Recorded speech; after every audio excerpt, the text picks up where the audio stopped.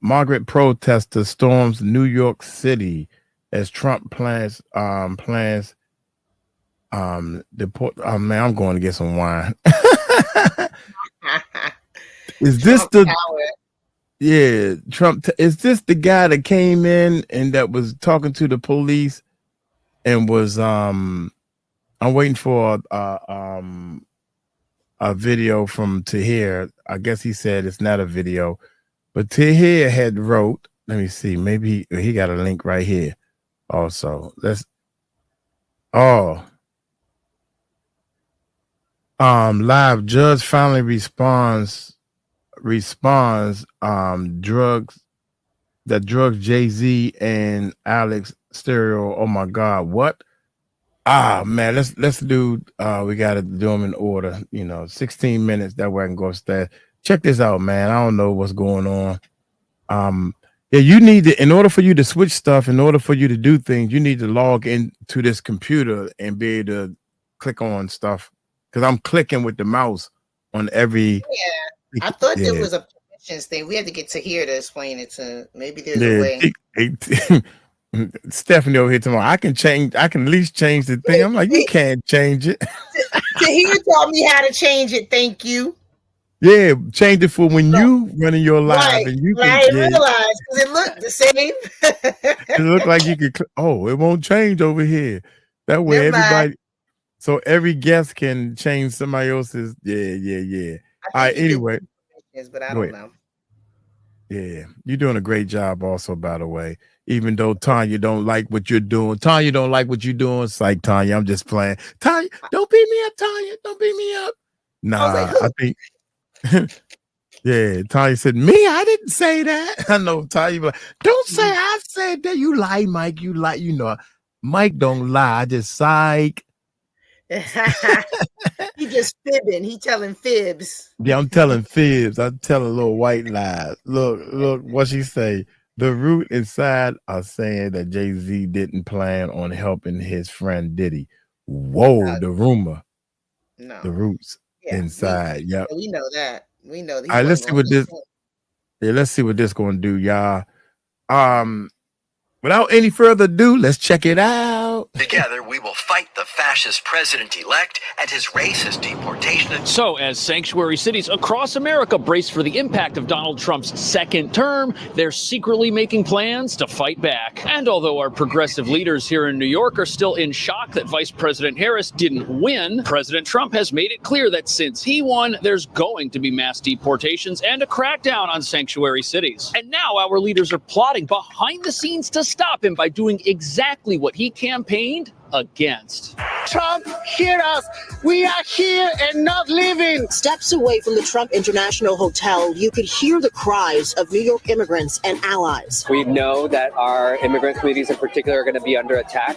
We will begin the largest deportation operation in American history. President-elect Donald Trump is doubling down on a key campaign pledge, but the American Immigration Council, a pro-immigrant advocacy group, says if Mr. Trump truly means to deport everyone, there are more than 13 million undocumented people in the United States. As fears of an even larger migrant crisis grow ahead of Inauguration Day, people who have waited in Mexico for months for legal entry to the United States, they're afraid it's now or never. On the flip side, more Latino voters supported Trump in this year's election. I am Latina. I am heartbroken to see so many people voting for Trump. 3 suspects marched in. On the upper right of the screen, the barbershop owner jumps in to intervene. While the recent police crackdown on Roosevelt Avenue sparked pushback from migrant advocates, the barbershop owner says he wants more police.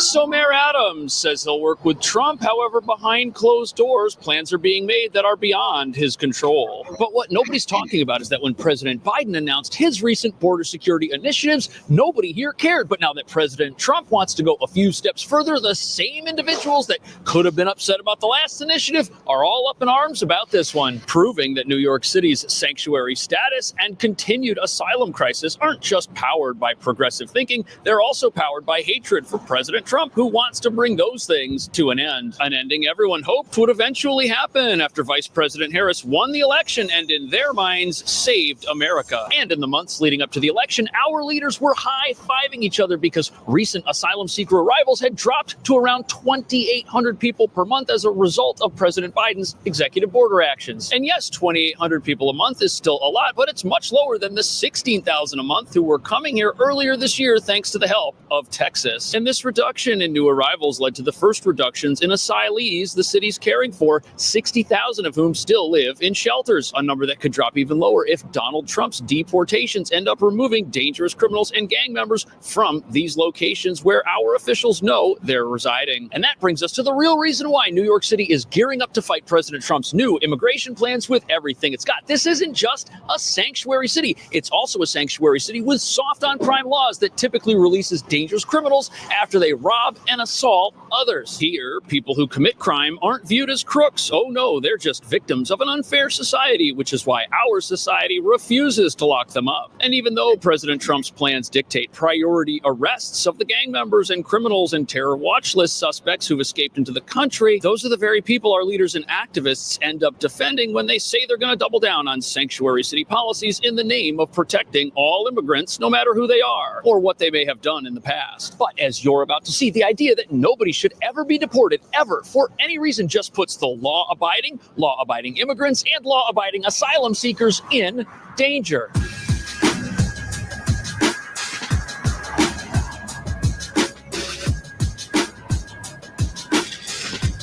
So New York is America's largest sanctuary city, but it didn't get that way by accident. Years of elections have packed our city council and many elected positions throughout not just the city, but also the state, with enough left-leaning politicians to capsize just about anything. And this has led to laws that stop the NYPD from protecting immigrant communities from violence because there's this idea floating around that police and immigrants are somehow toxic to each other. And even though Trump did better than many Republicans ever thought possible in New York, there are still quite a few people here who didn't vote for him, wish that he had lost, and aren't exactly being quiet about it. Steps away from the Trump International Hotel, you could hear the cries of New York immigrants and allies. We know that our immigrant communities in particular are going to be under attack, and we want just the message loud and clear that immigrants will be protected. Protected from president. So you've got to realize that the idea behind this rally, that these deportations may somehow be bad for immigrants no matter who they are or what their status in this country actually is, that's still how a majority of New Yorkers think. But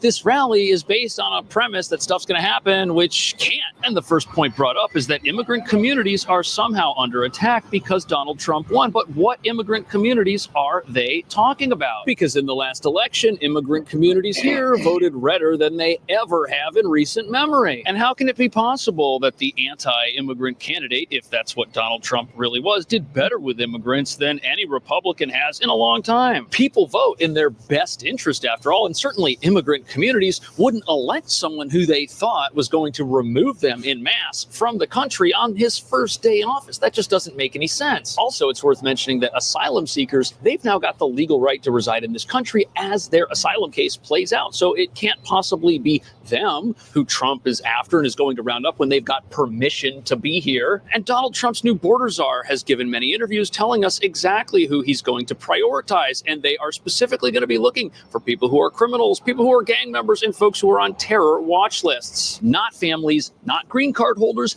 not asylum seekers. Most of the people in New York don't have anything to worry about. On top of that, since this is a sanctuary city, the NYPD will not be involved at all in these deportation plans whatsoever. And as far as federal immigration agents, there are only 6,000 right now who are equipped to act as deportation. So the resources for a 1 million-man deportation army, those don't exist here in New York. And that makes one wonder. The immigrant communities the protesters say that Trump is coming for, are those communities of criminals? They very well might be, but you've got to remember that in New York, we don't see criminals as criminals. We see them as victims, and these are people who need to be defended and given second chances, which is why so many criminals that wind up in the back of police cars wind up walking free a few hours later. And you've got to remember, we've just been through a really tough election cycle, and many people can't drop the rhetoric and see each other as human beings. And you've still got people people in New York and in this country who believe every single negative thing the television ever said about the president-elect. But what none of the protesters and activists who are trying to resist Donald Trump will tell you is that right now there are actual immigrant communities in this city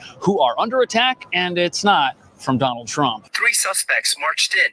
On the upper right of the screen, the barbershop owner jumps in to intervene, trying to get the suspects out of his shop. They believe the shooting was gang-related, and in particular, they say gang members from newly arrived migrants in New York. That's the latest from here at Corona Plaza. So it was kind of hard to hear at the end there, but the people at the barbershop that was raided by gang members, they believe that those gang members were of Tren de Aragua, the Venezuelan gang that was started in a prison. And this incident took place in a part of town that this gang has been operating openly in, packing the sidewalks and streets of Queens with illegal businesses. A New York Post investigation reveals that much of what is being sold on these sidewalk markets are stolen goods from places like Home Depot and department stores like Macy's. And when you realize that this gang's specialty is human exploitation, you've got to wonder if the people who are out on a sidewalk on a freezing cold morning prefer to be there, or if they wish they were somewhere else, but we're told that this is what they better spend their time doing in service to a criminal organization. This whole thing looks even more suspect when you realize that the people who are selling things are being handed suitcases full of items to offload by men who are unloading a van. And to most people, gangs taking over barbershops, gangs stealing things from local businesses and forcing people to resell those things, that's what a real attack on an immigrant community looks like. It's happening right before our eyes in this very same city, but there aren't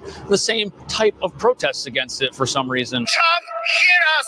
We are here and not leaving. We're going to resist, right? And one key way that we're going to resist is we're going to demand that our city and our state step up for immigrant communities. That means making sure they have access to legal services.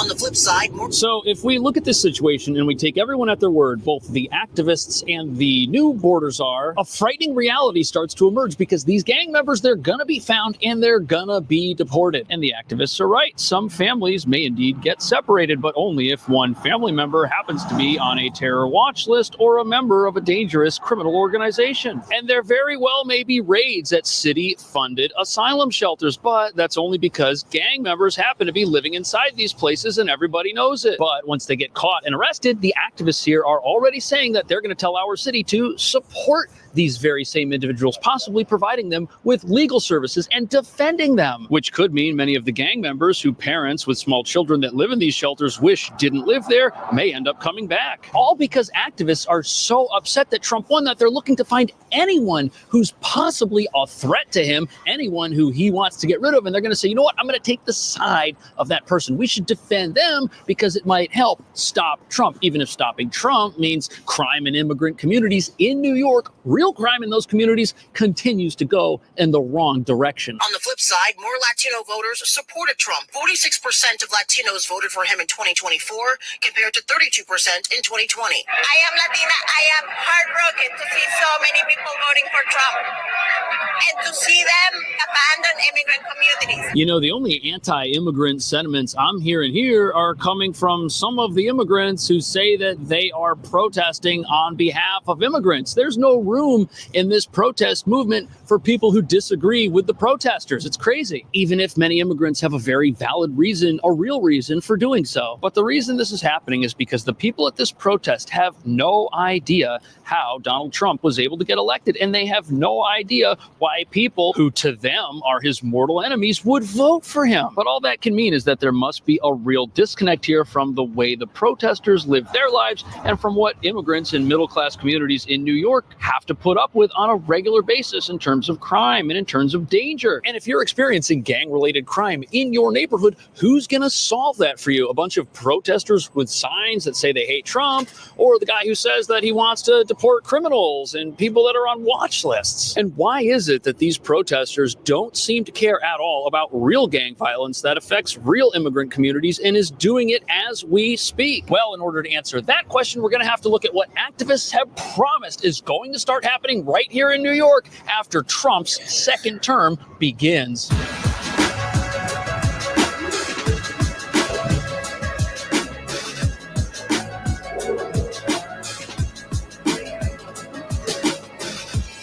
So here we are inside Trump Tower, where nobody has yet seen the mass protests against the president-elect, just like the ones that happened the last time he was elected. But we've got reason to believe they're coming, because even though Trump now has boatloads of new supporters here in New York City, of all places, beneath the surface, the opposition is plotting and stirring to make a massive return when he does to the White House. In fact, they're not exactly being secretive about it. They're telling us when these protests will start, and apparently they're going to be really big. We need to mobilize and organize like we never did before. In his first rally since the election, Reverend Al Sharpton discussed the dangers of mass deportation. You can come whatever policy you want, we ain't going back. And this rally here is just the beginning. So, the protest industrial complex will soon be here. You heard it right there on NBC. These little tiny rallies, they're just the beginning. Only the real protests are being set up behind the scenes, and they will soon descend upon New York, the sanctuary city capital of America and the home of the Trump resistance effort. And the TV cameras of the world will be here to broadcast a seemingly organic event that just appeared out of nowhere because people are so upset at the president-elect. Yet those same cameras are not pointed at statistics like this. Look at all the arrests that are happening in immigrant communities because of the wrong people being allowed to live in our asylum shelters. Yet here in New York, we're happy to brag that, hey, we're helping by giving people a place to live and not doing any background check to make sure that we're not putting a wanted fugitive down the hall from a family who's got little kids who need to be in school tomorrow morning. No, but we're helping, even though our helpful efforts may just enable the worst people on the planet to exploit those who fled them in their home countries. Something no one who's against the former 45th president and soon to be 47th president has any intention of protesting against for some reason. But interestingly, New York City's mayor, Eric Adams, has been surprisingly quiet and resistant to these growing resistance movements that are basically calling on him to condemn every single one of the people in New York who voted for Trump and Trump himself before he even takes office. But under the weight of the migrant crisis that has strained his administration, Mayor Eric Adams has lamented the lack of cooperation with the feds, especially when it comes to migrants who commit crimes. Adams has been hesitant to criticize President-elect Trump's immigration rhetoric and would not say... So it's important to understand that the laws in New York City are why we have this growing problem of violence targeting immigrant communities that's existed here long before Donald Trump was even a quote-unquote threat to those very same communities. We're a sanctuary city, which means we harbor those who are on the run from the federal government of this country. And we do that based on the idea that federal immigration laws are terrible for America and are unjust and are wrong. But by protesting against those laws and any president that wants to come into office and enforce them, here in New York, we've created a situation that's wrong. We've created a situation that's doing damage to our own immigrant communities that we're so worried about protecting. And the most interesting thing about this is the main ingredient that many say has caused the asylum crisis here to look the way it does: our generous right to shelter laws that allow everyone to get a free place to stay just by asking aren't even the real problem in this city. The real problem here is that we're giving the wrong people access to that, and they don't lose access to it when they wind up in the back of a police car. But the reality is that even if New York does become home of an anti-Trump resistance effort, the results of the last election were so one-sided, it was such a landslide, that Donald Trump is going to come into office with a mandate to resist the very things that many Americans agree are hurting immigrant communities and are hurting the country. And many people think Donald Trump is going to have a mandate to ignore distracting voices in places like this, which now represent a minority viewpoint among Americans. What do you think about that? Are these deportation plans going to be a good thing for America or a bad thing for America? And is there a difference between the types of immigrant communities that we have here? Is there a difference between the law-abiding who are here for the American dream and criminals and gangs who are here for everything that exists in opposition to that? Let me know what you think. Thank you so much for watching. I'll see you in the next video. You want me to go first on this one? Yeah, you want to go first? Because I had to unmute myself. I knew I was muted. I was like, you muted, Mike. You muted. You muted, Mike. You muted. On this one. I'm fired up on this one. I don't know. You want me to all right, go ahead. Okay, first of all, illegal immigration is not new, right? In the United States, that's not new. We've always had illegal immigrants, so that's not a new thing. The issue is the illegal immigrants that are in this country right now that are committing these crimes, and that is what they are focused on, trying to get the ones that have been arrested and let go back in our country. And now, you know, one of them killed that little girl. He should have been deported because he was already arrested before he killed that little girl. And that man that was on the subway that lit that woman on fire and sat there and watched was arrested, they said, in Arizona and let go. Why were they not deported?